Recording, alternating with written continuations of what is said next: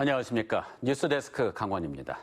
꿈의 빛, 슈퍼 현미경으로 불리는 방사광 가속기의 유치 계획 발표와 대상지 선정이 내일 대전에서 있을 예정입니다.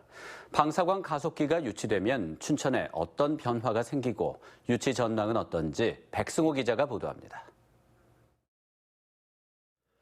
남춘천 IC를 빠져나와 3분 남짓 달리면 방사광 가속기 예정 부지가 보입니다.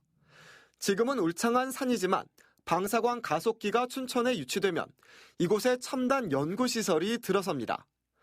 축구장 75개를 합친 면적에 투입되는 사업비가 1조 원입니다.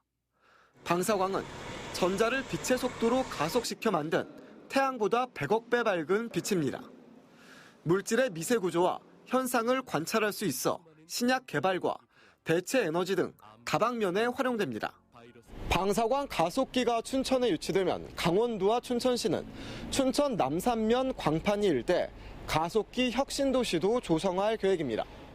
가속기 연구 지원동과 기숙사, 강원대학교의 가속기 캠퍼스가 들어서고 체험관과 복합 문화시설 등도 생깁니다. 주거와 교육, 문화가 어우러지는 새로운 공간이 만들어지게 되는 겁니다. 문화, 자연, 생태 도시로서의 춘천에 최첨단 과학시설이 더해진다면 최고의 매력 도시가 되지 않을까 생각합니다. 내일 대전에서 열리는 유치계획 발표와 평가가 첫 관문입니다. 춘천을 비롯해 충북 청주와 전남 나주, 경북 포항이 치열한 유치 경쟁을 벌이고 있습니다. 춘천시는 방사광 가속기 이용을 원하는 연구소와 대학이 가까운 수도권에 많고 2000년 이후 춘천에서 진도 3.0 이상의 지진이 단 한 번도 발생되지 않아 입지 조건이 가장 좋다는 점을 강조하고 있습니다. 반면 충북 청주는 대덕 특구 등 관련 연구시설이 풍부하다는 점을, 전남 나주는 정치력 등을 앞세워 유치에 사활을 걸고 있습니다. 내일 저녁쯤 정부가 1순위와 2순위 대상 부지를 발표하는데 춘천이 포함될 수 있을지는 장담할 수 없습니다. 만약 춘천이 첫 관문을 통과한다면 바로 다음 날 현장 실사를 받고 정부가 최종 한 곳의 우선 협상 지역을 결정합니다. MBC 뉴스 백소입니다. 강원도 소규모 초등과 중학교의 등교 수업이 빠르면 13일부터 진행될 것으로 보입니다. 강원도교육청은 재학생 60명 이하의 소규모 초등학교와 중학교의 등교 시기를 개별 학교에서 자율적으로 결정하도록 하는 방침을 세운 것으로 알려졌습니다. 이에 따라 긴급 돌봄을 진행해온 많은 소규모 초등학교들은 빠르면 고3이 등교 수업을 시작하는 오는 13일부터 등교 수업을 진행할 것으로 보입니다. 소규모 중학교도 가정에서 학습 지도가 어려운 학생 가정이 많아 13일부터 등교 수업을 시작하려는 학교가 많을 것으로 예상됩니다. 지난달 말부터 시작한 황금 연휴 마지막 날이자 어린이날인 오늘 강원도 주요 관광지에는 어린이들과 함께 나온 나들이객들로 붐볐습니다. 춘천 공지천 의암공원을 비롯한 주요 명소에는 이른 아침부터 어린이를 동반한 가족 단위 나들이객들이 나와 연휴 마지막 휴일을 즐겼습니다. 특히 어린이날 행사가 모두 취소돼 예년처럼 특정 행사 장소에 많은 인파가 한꺼번에 몰리는 일은 없었습니다. 한전이 강원도에 송전선로와 송전탑 추가 건설을 추진하면서 주민들이 반대한다는 소식을 전해드린 바 있습니다. 안 그래도 강원도의 송전탑 설치 규모는 전국 최고 수준인데 계속 늘어나기만 하고 전선 지중화율은 대도시보다 턱없이 낮은 최하위 수준에서 벗어나지 못하고 있습니다. 이훈 기자의 보도입니다. 한 야산에 커다란 송전탑이 서 있습니다. 주변의 다른 산에도 산등성이를 따라 철탑들이 세워져 있습니다. 줄지어 있는 철탑들 사이에는 고압 전류가 흐르는 전기선이 지나고 있습니다. 도내 곳곳에서 이 같은 송전탑을 찾아보기는 어렵지 않습니다. 그만큼 강원도는 전역에 걸쳐 많은 송전탑이 설치돼 있습니다. 대부분 동해안의 발전소에서 생산된 전기를 수도권으로 보내기 위한 것들입니다. 도내 전력 사용량은 전국 사용량의 3%도 되지 않지만 송전탑 설치 규모는 전국 최고 수준을 보이고 있습니다. 강원도에 설치된 송전탑은 5,100여 기로 전국 시도 가운데 세 번째로 많습니다. 이런 상황에서 한전은 신규 발전소 건설로 송전 선로의 용량이 한계에 다다랐다며 송전탑 추가 건설을 계획하고 있습니다. 땅값 하락과 경관 훼손, 전자파 발생 등으로 많은 피해를 봤던 주민들은 불만이 터질 수밖에 없습니다. 재산권이 많은 피해를 보는 거고요. 실질적으로 송전탑 주위에는 땅 거래도 안 될 뿐더러 제 가격을 받을 수도 없고.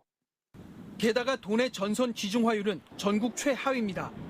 강원도의 송전선로 지중화율은 불과 1.1%, 전국 평균 12%보다 낮은 것은 물론이고 90%인 서울이나 71%인 인천 등 대도시와 비교하면 턱없이 낮은 수준입니다. 지중화를 하려면 한전하고 지자체가 돈을 반반 내야 되는 거잖아요. 네네. 네, 이게 사실은 돈 문제 때문에 지금 다 못하고 있는 거고, 네. 전국적으로 송전선로가 지중화가 돼 있는 데들은 대부분 광역시급이에요. 전력 생산에 따른 혜택은 수도권이 보고 강원도는 피해만 본다는 지적이 나오고 있습니다. MBC 뉴스 이웅입니다. 총선을 치른 지 아직 한 달도 안 됐는데 벌써 공약을 이행한 후보들이 있습니다. 이미 시행 중인 정책을 베껴서 공약을 만든 후보들 이야기입니다. 공약의 실제 내용을 설명할 창구가 없다 보니 이런 사례는 반복될 가능성이 높습니다. 이병선 기자입니다. 21대 국회의원 총선거 원주 지역에 출마했던 한 후보의 공보물입니다. 혁신도시 공공기관의 지역인재 채용 비율을 25%까지 단계적으로 확대한다는 공약이 있습니다. 그런데 이미 국가균형발전특별법에 따라 올해 지역인재 비율이 24%로 의무화됐고 내년에는 27%, 2022년부터는 30%를 지역인재로 뽑아야 합니다. 이미 이루어진 걸 공약으로 쓴 겁니다. 또 다른 후보의 공약, 당 차원의 정책 공약인데 독감 예방접종을 고등학생까지 무료로 실시하겠다고 합니다. 하지만 이 역시 지난해 3월 정부가 발표한 제1차 학생 건강 증진 기본계획에 반영된 국정과제입니다. 올해 이제 13세 중학교 1학년까지 확대가 됐고요. 내년 예산을 반영할 때 저희가 중고생을 같이 추진 중에 있습니다. 지역구에 출마한 후보들이 이미 있는 정책을 재활용하는 등 선거를 준비하는 데 있어 공약을 소홀히 하는 모습은 이번에도 반복됐습니다. 있는 시설을 확대하고 기존에 있던 콘텐츠를 활성화하고 하고 있는 사업의 지원을 늘리겠다는 식입니다. 시간이 흐르고 나면 달성될 가능성이 높은 걸 찾아 넣은 셈입니다. 더 큰 문제는 이런 공약 사항에 대해 소상하게 설명할 창구가 없다는 겁니다.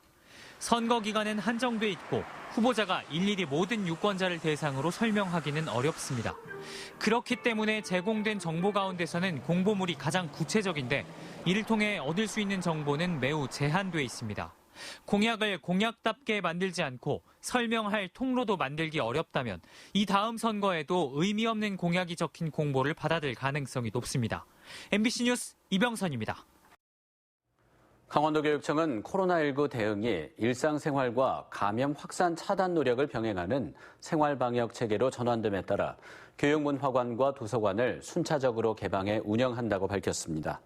우선 내일부터 1차 개방으로 어린이 자료실과 종합자료실의 비대면 서비스를 대면 서비스로 전환 운영합니다. 이어 등교 개학이 시작되는 오는 13일 2차 개방으로 열람실까지 추가로 운영합니다. 끝으로 모든 학년의 등교 개학이 완료되는 6월 1일부터 3차 개방으로 기존의 문화행사까지 운영할 계획입니다. 내일부터 재개관하는 국립춘천박물관이 2020년 첫 기획 특별전으로 지난 10년간 강원도의 발굴 성과를 주제로 한 새로 발굴된 강원의 보물을 내일부터 본관 기획전시실에서 엽니다. 새로 발굴된 강원의 보물 전시회는 국보급으로 평가받는 영월 흥령선원터에서 출토된 반가사유상과 삼척 흥전리 절터 비석조각을 비롯한 주요 출토품 30점이 전시됩니다. 특히 이번 전시회에서는 관람객이 전시 내용 중 궁금한 점을 종이에 적어 정해진 장소에 남기면 큐레이터가 답변하는 방식의 그 문화재가 알고 싶다를 운영합니다. 철원군에 산부인과가 생겨 내일부터 본격 운영됩니다. 철원군은 정부의 분만 취약지 지원 사업에 선정돼 모두 22억 원을 들여 철원병원에 2층 규모의 산부인과를 증축하고 정밀 초음파와 인큐베이터 등 의료 장비를 갖췄다고 밝혔습니다. 이에 따라 의정부와 양주 등으로 원정 출산을 가야 했던 산모들의 불편이 줄어들 전망입니다. 지난해 철원 지역의 신생아 수는 351명이었습니다. 보육교사가 아동학대를 저지르는 동안 이를 예방하지 못한 어린이집 원장에게 법원이 2심에서도 유죄 판결을 내렸습니다.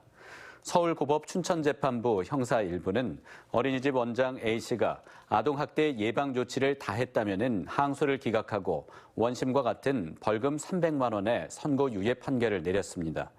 재판부는 CCTV 영상이 보존된 3주 동안 31차례 아동학대가 있었는데도 확인 절차나 후속 조치를 하지 않았다며 주의와 감독을 다했다고 보기 어렵다고 판시했습니다.